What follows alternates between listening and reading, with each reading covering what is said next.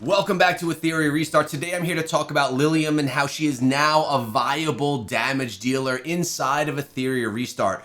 Previously, she was a little bit lackluster. She dropped and everyone was a little bit disappointed in her performance inside of the game. But a buff has come through and she is now dominant. Some may even say a replacement for Ditting, which is one of the best damage dealers inside of the game. I'm going to be going through all of this, why and how we plan to use her on the account in this video. Before I do, I need to thank Etheria Restart for sponsoring the video. And if you've never played the game, guys, here's a QR code. There's a link down in the description for you to download the game today, absolutely for free, and to get yourself 10 free summons. Now, to have this discussion, of course, my boy Hermes is with me here today. What's up, man? I know that you were also pretty stoked about Liliam and how you could help me build out some of these teams for her.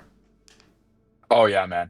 Cool, because obviously initially when she came out, it was like the hype of, oh my gosh, we have this new like premier like big time damage dealer, and it's excited and the excitement, you went, you pulled her, you Yep. put lattice into her, all that kind of stuff, and then she's a flop. And so it's kind of like, well, you wasted the lattice, you wasted the apex summons, all the hydro crystals, everything else. But now it's really come around and been like, no, she actually is. Not only is she good, but she is worth fully investing into. She is that good, kind of thing. And that is really good to have in an animus. Yeah, and I'll tell you what else is good about that, man. It's really nice that Etheria Restart realized that, okay, Lilium was a bit of a miss. Let's go fix it so that people like us that spent all of our crystals and everything to get her aren't completely screwed. So I like that the developer here is actually keeping in mind that they shouldn't be putting out trash animus, that they actually need to be legit and able to be used inside of the game. So it's not, doesn't feel like a money sink, right? Like they're actually caring about the player base. And I think that Etheria Restart does that well. All right, so off that tangent, let's talk about what buffs did Lilium have. So where was she struggling before? What made her kind of suck? And what made that change? Why is she good now, Hermes? So honestly, the biggest thing was just her general damage output was Hmm. really weak. So initially, so she got buffed on her A3, I think is the big one. Her A3 initially capped out at 500% damage, like a multiplier. And on like in theory, you're like, wow, 500%, that's crazy big. Hmm. But when she would hit, it would just be so lackluster. You're kind of like, well, what's going on, right? Like, I've just invested in this brand new light dark unit. I'm putting all my best gear on it, and she's just not hitting very hard.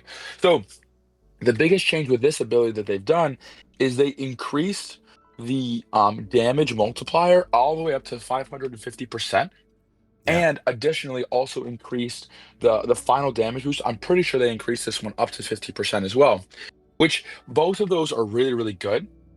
The other change that they did make on this ability is they also made it so that whenever she attacks with this ability, that whenever she goes against other animus, not bosses, that she also will destroy their max HP equal to 100% of the damage dealt. So this makes her honestly, initially it was 50%. Mm. This 50 to 100% makes her so much more viable against bruiser comps in PvP, because anytime she hits does any kind of damage, 100% of that damage dealt, that animus no longer has that HP left and cannot heal that HP. It's just gone. And that is really good to have, especially with that damage boost, because how much more valuable her abilities now become both in PvE and PvP, because she can smack so much harder now in PvE, and it is very noticeable when you're using her in all the different content.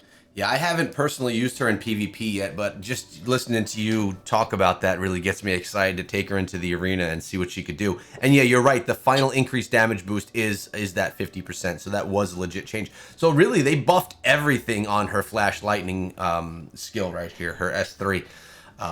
Pretty dominant buffs there. Now, I'm currently still building her out. I don't have her at that end game status where I want her to be right now. Her modules are in the works. We got her in the White Fang shell. Now, I want to talk about a little bit. We were having a discussion of where are we going to be using her inside of the game? Like, what's the end position that would be ideal for her to go in? And I know that for all animus inside of turn-based strategy games in general, you get yourself a new animus that drops, and you're thinking, okay, this is going to be a great one to do this inside of the game. So we were having this discussion before on how you were guiding me to use her on the account. Why don't you share with everyone where you think she's going to shine the most, and really the plan to get her there? So what's great about her obviously being a light dark unit is that she is going to shine in just about any content, Mm, PvE, and then obviously she's really good in PvP. But we're talking, obviously more specifically PvE right now. Especially, when you're first starting out the game, you're able to go in, get 80 Apex summons, just go in, pull her in. Awesome.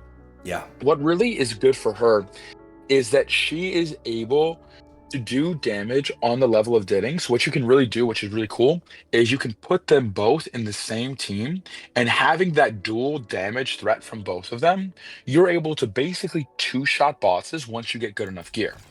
I don't think that your gear is in a position right now Mm. to two-shot bosses, like again, some of these top-end bosses.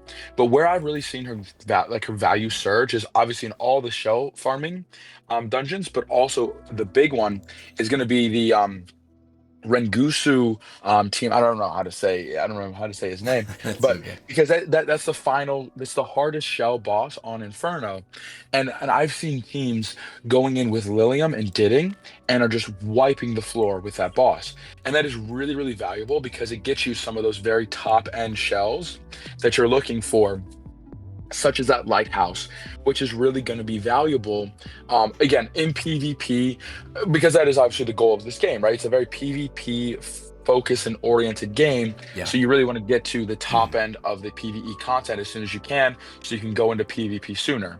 And that is really, as far as shells go, I think where her value will be for the most for you on your account, because you've already hit Inferno on all the other bosses. Yeah. So for me, when I get a new animus, my goal is always. I mean, obviously, there's some animus inside of these games that are not for PvP.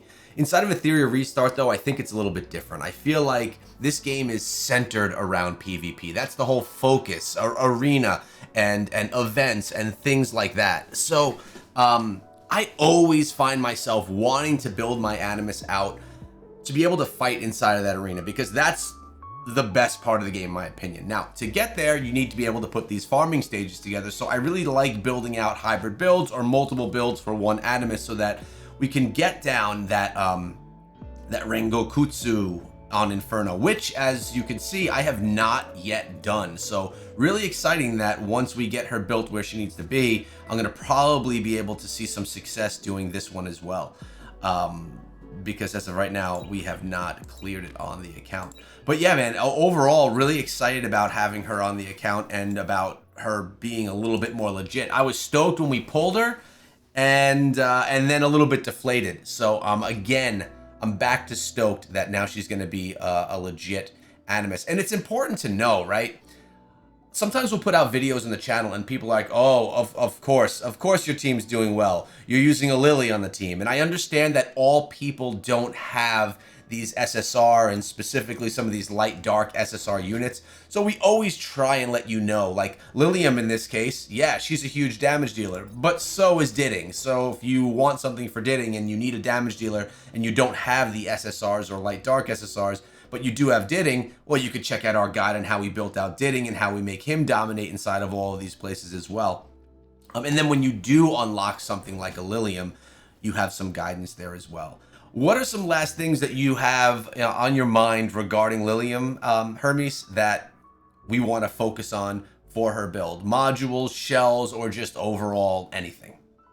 So I think what is really important for her is, so shell wise, there are two main shells you use on her. One is obviously going to be White Fang, really big damage. You see, you've actually got some pretty nice not module, but I guess it is like the status bonus effects, or the matrix effects. That's what they're called. Mm-hmm. On this one with all three, including that Fury Edge.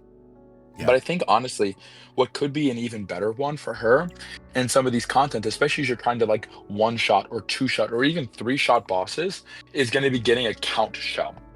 Now, Mm. obviously, the problem with that is going to be that that count shell comes from Rangusu, again, however you say his name.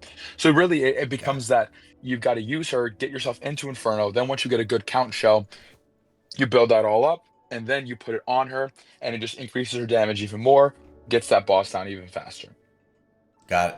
Love it, man. Well, that's going to be a work in progress. We will get there. But again, super excited that Liliam is now maybe the beastiest of beast damage dealers inside of Etheria Restart. I can't wait to get her built out and demonstrating some of that damage here in the account. Hermes, as always, man, thanks for coming through and talking me and the audience through how your mind is working through these Animus. And again, guys, thanks to Etheria Restart for sponsoring the video. And if you haven't played the game, give it a look. QR code, link in the description. See you guys in tomorrow's video.